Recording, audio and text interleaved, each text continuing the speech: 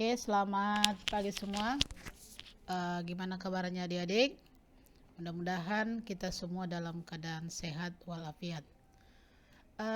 Hari ini kita lanjut lagi topik kita, di mana di pertemuan yang ketiga ini, di paket program niaga yang ketiga, kita belajar paragraf dan kolom koran, ya tentu bersama dengan kakak, ya Kak Lili gitu ya.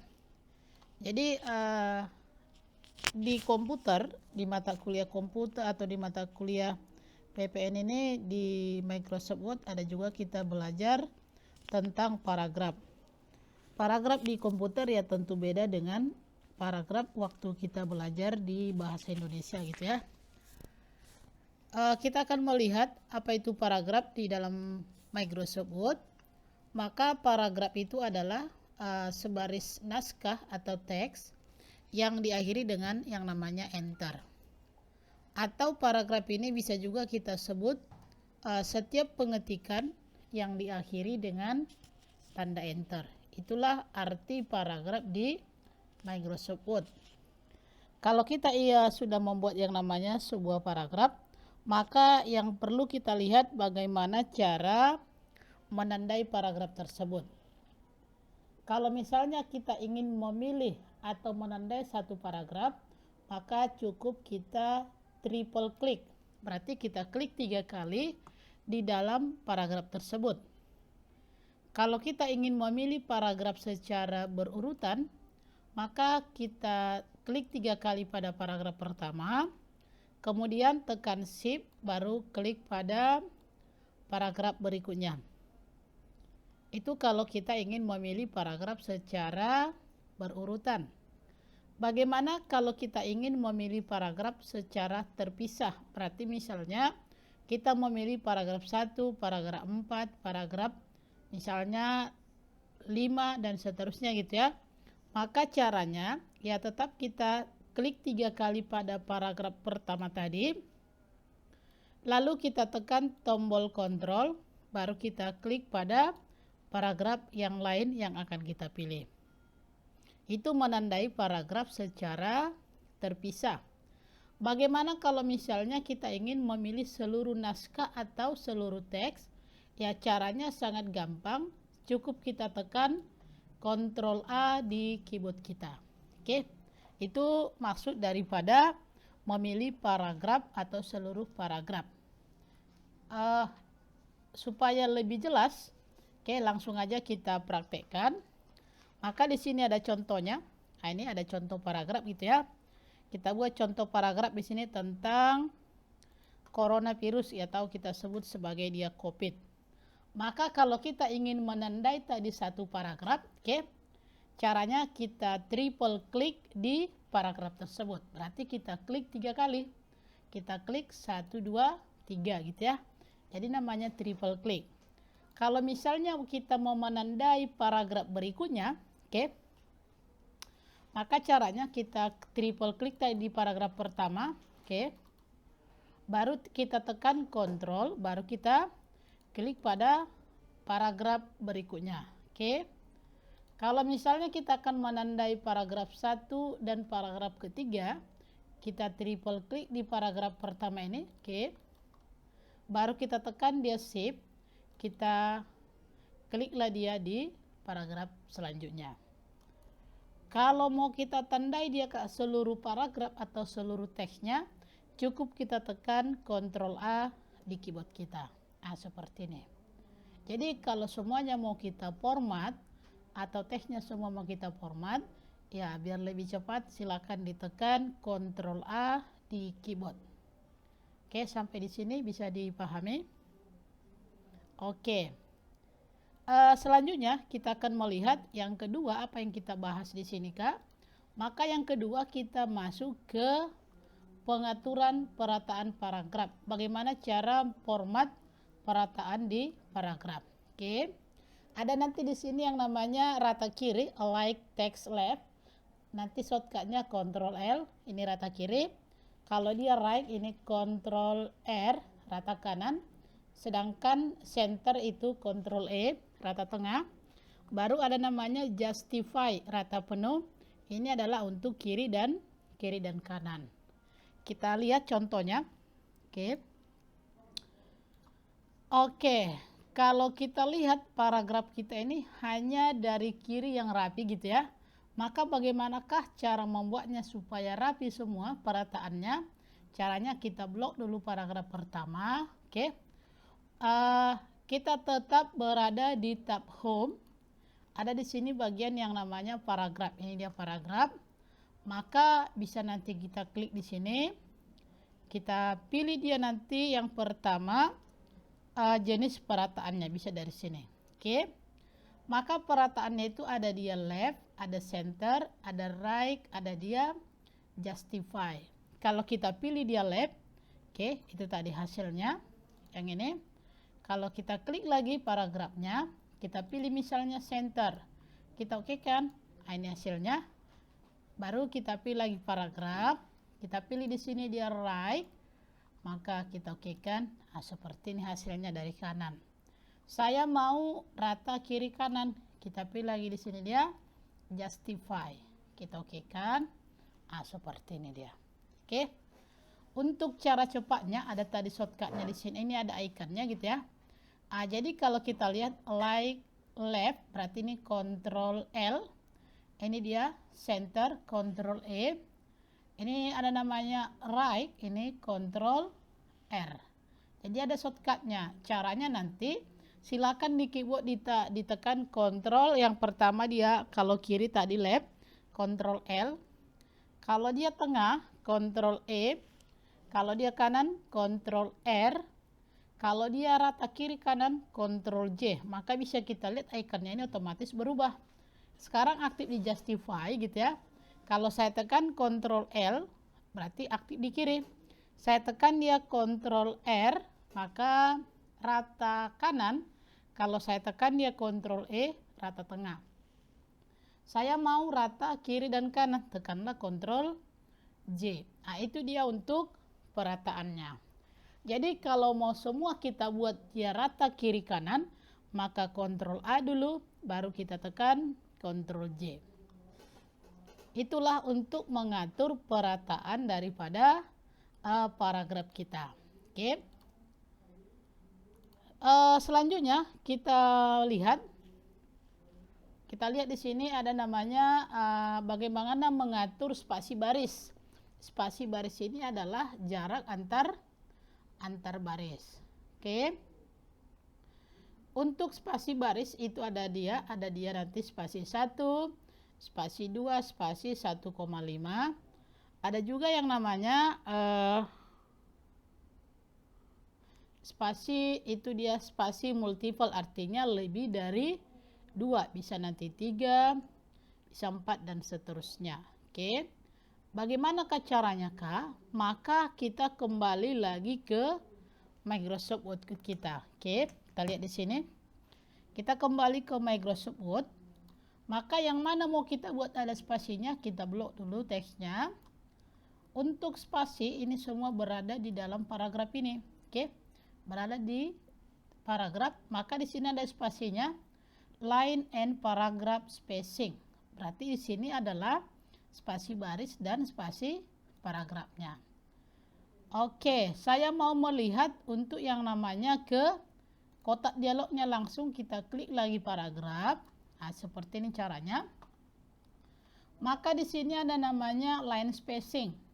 Line spacing itu kita akan menentukan yang namanya spasi baris. Spasi baris ada dia single berarti spasi 1, 1,5 berarti 1,5 spasi. Ada dia double berarti ini 2 spasi, ada dia at least spasi minimum gitu ya, ada dia exactly, nanti kalau kita pilih dia exactly kita perbesar dia spasinya tetap. Kita lihat dulu contoh, ini spasi 1 kita kan. Seperti itu dia, kita klik lagi. Kalau misalnya kita pilih di sini double berarti 2, kita lihat jaraknya, ini lebih jauh. Kalau lah misalnya kita pilih lagi di sini dia 1,5, berarti lebih dekat dibandingkan yang spasi 2 tadi. Seperti ini jaraknya. Kita klik lagi, saya mau spasi 4K. Maka kita buat sini multiple. Ini 3, misalnya kita buat di sini 4, maka lebih jauh lagi jaraknya. Kira-kira seperti ini. Oke. Tapi biasanya untuk pengaturan spasi ini, itu secara umum yang sering digunakan itu adalah spasi 1,5. Berarti di sini 1,5 lines. Ini kira-kira. Yang tadi yang kita atur itu adalah jarak antar yang namanya baris di dalam paragraf. Bagaimana kalau yang kita atur itu adalah antar paragrafnya jaraknya. Contoh, antar paragraf 1 ke paragraf kedua, ini maunya ada jaraknya. Maka caranya kita blok dulu yang ini, paragraf kedua misalnya. Kita pilih lagi di sini paragraf, oke. Maka di sini namanya spacing, ada dia before, ada after. Berarti kalau kita tandai dia paragraf kedua, before-nya berarti ke paragraf pertama. Sedangkan kalau dia ke after-nya berarti ke paragraf kedua. Kita buat misalnya di sini sama-sama 0 dulu kita buat gitu ya. Oke, kita okekan. Maka kita lihat di sini before-nya itu after-nya adalah 0. Oke. Bagaimana kalau misalnya before-nya juga kita buat 0? Kira-kira seperti ini. Oke. Kita buat lagi. Ini kita buat dulu tadi spasi 1 yang ini karena ini sudah spasi 5 tadi. Kalau spasi 1 nanti shortcutnya Ctrl 1. Oke, kita lihat ya. Oke. Misalnya seperti ini. Oke, kita buat misalnya tadi namanya before after. Kita pilih paragraf. Kalau kita pilih di sini jaraknya adalah before-nya misalnya. Kita buat misalnya 15. Oke. Berarti jaraknya kemana? Ke atasnya. Kalau kita pilih di sini misalnya lagi dia after-nya itu adalah misalnya 20. Oke. Maka kita okekan jaraknya ke bawah ini. Nampak perbedaannya ya antara before dengan after. Jadi mengatur ini bisa juga kita Ctrl A dulu dari layoutnya ini. Oke. Kita pilih di sini namanya before and after. Kita buat di sini before-nya misalnya 0, after-nya kita buat 0, maka sama dia jaraknya. Ini karena tadi ada enter-nya. Kira-kira seperti ini.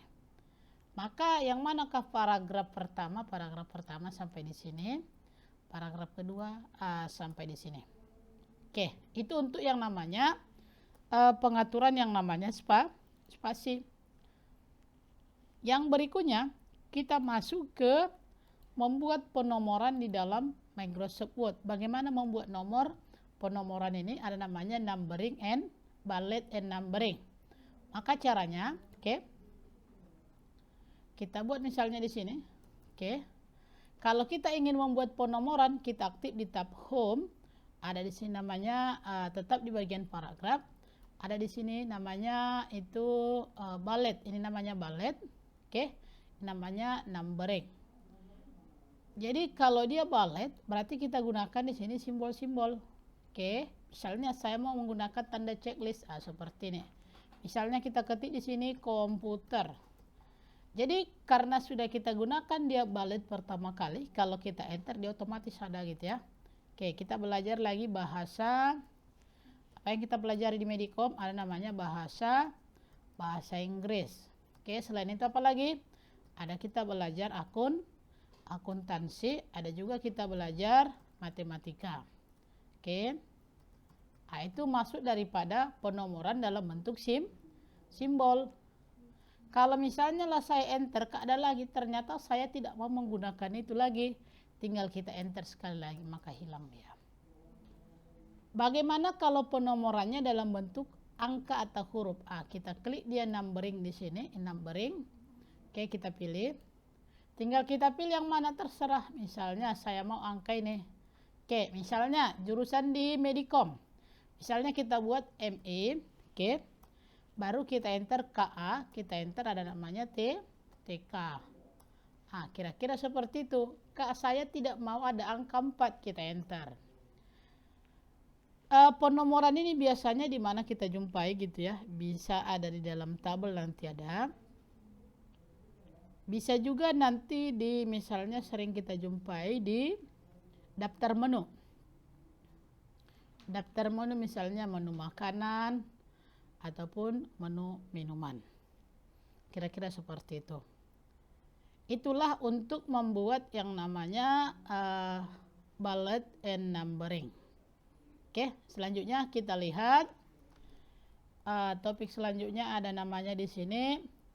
Bagaimana kita membuat yang namanya tabulasi. Oke, tabulasi ini tabulasi biasanya ini kita gunakan untuk yang namanya daftar isi.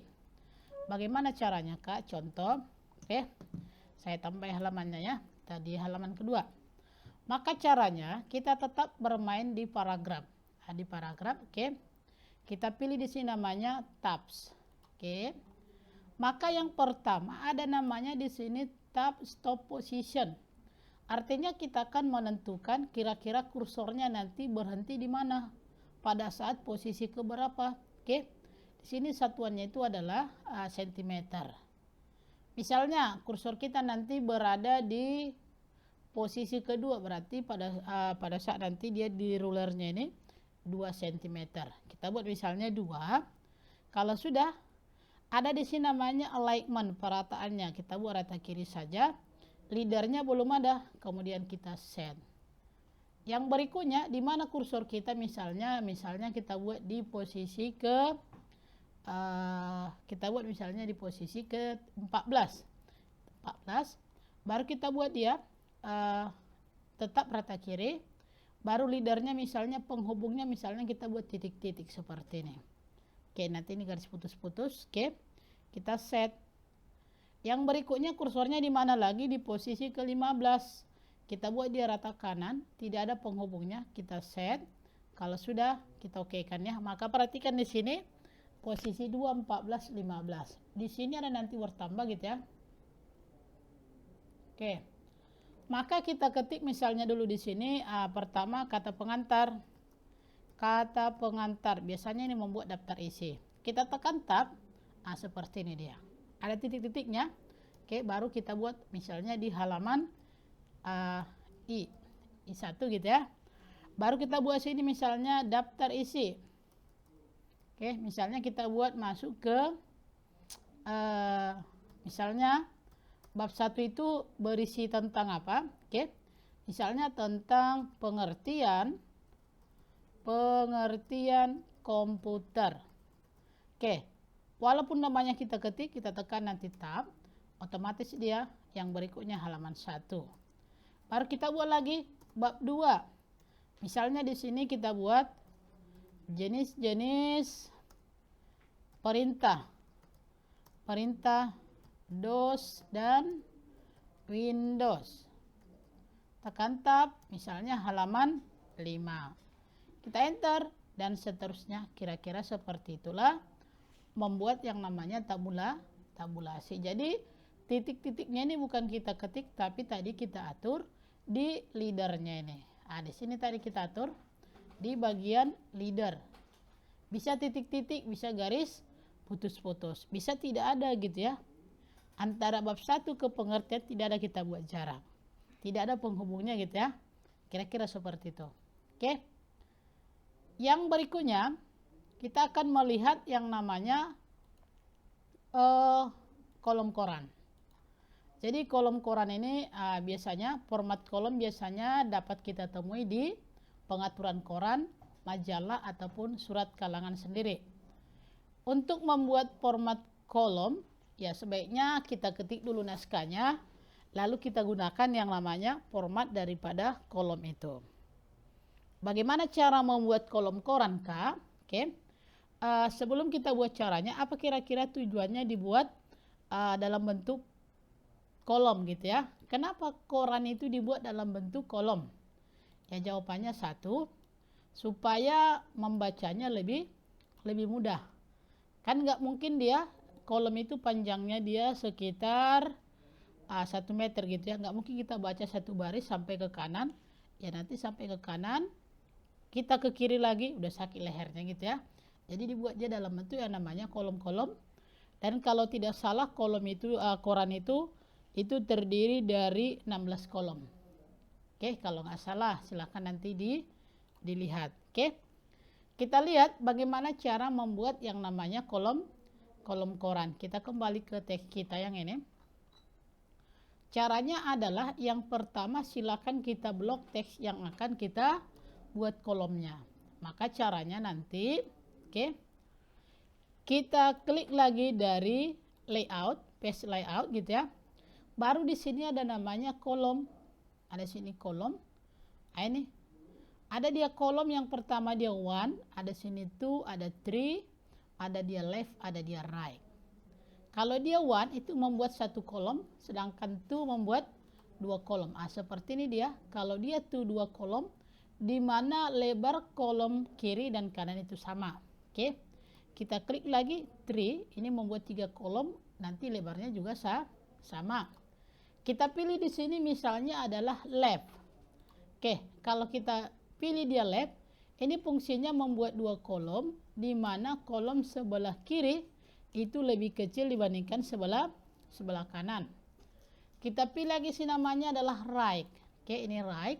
Maka membuat 2 kolom, di mana kolom sebelah kanan itu lebih kecil dibandingkan sebelah kiri.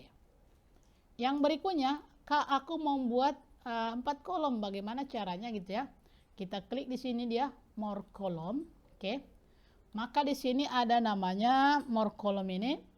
Ada di sini number of column. Kita tentukanlah jumlah kolom yang kita inginkan. Misalnya saya mau 4 kolom, kita okekan. Kira-kira seperti ini.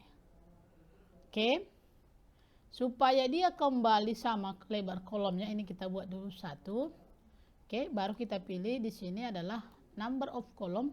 Kita buat di sini 4. Kita okekan. Jadi sama dia. Aku mau paragraf kedua, kita buat misalnya di sini 2 kolom, silakan. Jadi blok dulu dia. Saya mau paragraf ketiga dibuat jadi 3 kolom, ya silakan kita pilih di sini. Number of kolomnya kita buat 3, dari sini juga bisa. Baru di sini ada namanya line between. Line between itu artinya kita akan membuat nanti dia pemisah di antar kolomnya.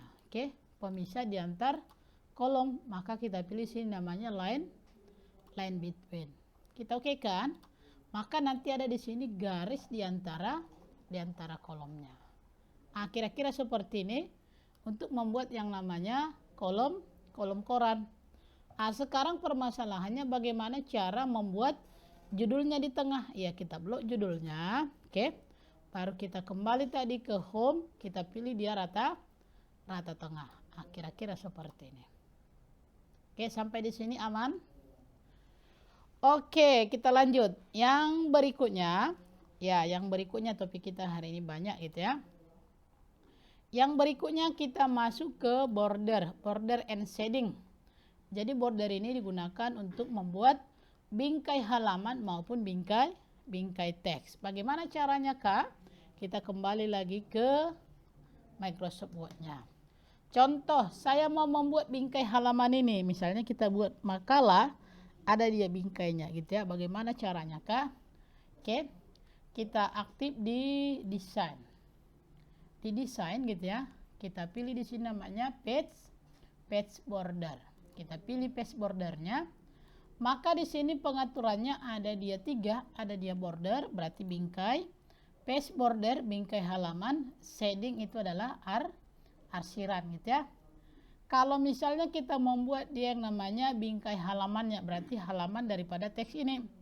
Kita pilih dia page border, kemudian ada di sini colornya, kita pilih mau warna apa gitu ya. Tapi kalau nggak mau diatur warnanya, tidak kita pilih stylenya, langsung kita pilih di bawah ada dia bagian art. Udah tersedia bingkainya, tinggal kita pilih. Kak, saya mau bingkainya yang bagus gitu ya. Silakan kita cari yang bagus, kira-kira yang mana. Seperti ini.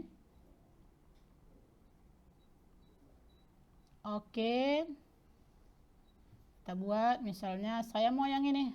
Ini bisa dilihat ya. Kita okekan, maka kita lihat bingkainya ini jaraknya terlalu jauh dengan teks kita.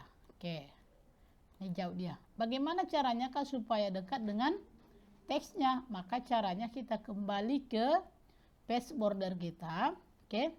Tadi sudah kita pilih bingkainya, kita pilih di sini namanya option. Pilihannya, oke. Baru di sini ada namanya measure from. Kita pilih di sini adalah text. Add of page, ganti jadi teksnya. Kita dekatkan dengan teks, maka perhatikan ini. Oke. Kita okekan. Maka kita okekan, dia sudah lebih dekat dengan teksnya. Oke. Itu kita berikan yang namanya bingkai halaman. Kalaulah misalnya kita tidak suka bingkainya, silakan diganti lagi caranya. Tetap kita ke page bordernya, oke. Kita pilih di sini jenis bingkainya lagi. Aku mau kak bingkainya itu gambar es krim misalnya. Oke, kita cari gambar bunga-bunga atau yang lain. Oke, kita pilih misalnya bunga-bunga. Oke, nah, seperti ini dia. Kita pilih tadi teks. Kita okekan, maka seperti ini. Nah, mungkin kemarin waktu SMA sering buat bingkai ya seperti ini gitu ya. Oke. Bagaimana kalau misalnya kita akan memberi bingkai terhadap teks, misalnya ke judulnya ini, maka caranya kita blok yang ini. Oke. Kita pilih lagi dia page border. Baru kita pilih sini bordernya, yang mana mau bingkainya, ya kita pilih di sini stylenya. Misalnya yang ini. Oke. Baru kita pilih warnanya, mau warna apa terserah. Nah, berwarna dia. Baru nanti apply itu kemana kita terapkan. Apakah dia ke dalam paragraf atau ke dalam teks. Oke, ini kita buat dalam bentuk teks. Kita pilih teks. Kita okekan. Nah, seperti ini. Oke. Kalau dia diterapkan ke dalam paragraf, ya kita blok paragrafnya. Kita pilih lagi dia page border. Oke. Kita pilih di sini dia bingkainya. Oke, kita pilih yang mana bingkainya kira-kira. Oke, yang ini aja. Oke, kalau sudah kita terapkan ke mana? Teks atau paragraf. Maka kita pilih paragrafnya. Kita okekan. Nah, jadi seperti ini. Oke, kira-kira seperti itu membuat yang namanya bingkai. Oke, yang berikutnya kita blok dulu yang ini lagi. Kita pilih lagi dia page border. Ada yang berikutnya namanya shading. Shading itu adalah arsiran, maka namanya shadow. Kita pilih dulu warna arsirannya, misalnya warna arsirannya itu biasanya warna abu-abu gitu ya. Oke, kita pilih dia stylenya, bentuknya seperti apa. Misalnya kita pilih dia Deka Grid, oke. Baru kita pilih di sini, oke, misalnya seperti ini. Kalau sudah, kita okekan. Nah, perhatikan, jadi gelap dia arsirannya. Oke. Nah, supaya terang, kita ubah lagi page border. Kita pilih dia. Oke. Kita pilih di sini misalnya oke. Pilih ya. Yang mana tadi Deka Grid. Oke, boleh Deka up. Tapi warnanya misalnya warna abu-abu. Oke. Ah, kira-kira seperti ini. Nampak arsirannya ya. Jadi seperti itulah memberikan yang namanya arsiran pada sebuah teks ataupun paragraf. Oke, jadi sudah banyak tadi kita praktekkan. Silakan nanti dicoba-coba. Kalau ada nanti pertanyaan silakan ditanya. Kalau ada yang tidak dimengerti boleh nanti ditanya. Bisa melalui WA group, bisa juga nanti di chat pribadi. Oke, supaya lebih jelas dia, silakan nanti baca-baca catatan yang sudah ada atau modul kita yang ada di GC-nya. Itu dulu untuk hari ini. Terima kasih. Mudah-mudahan bisa dimengerti. Selamat pagi.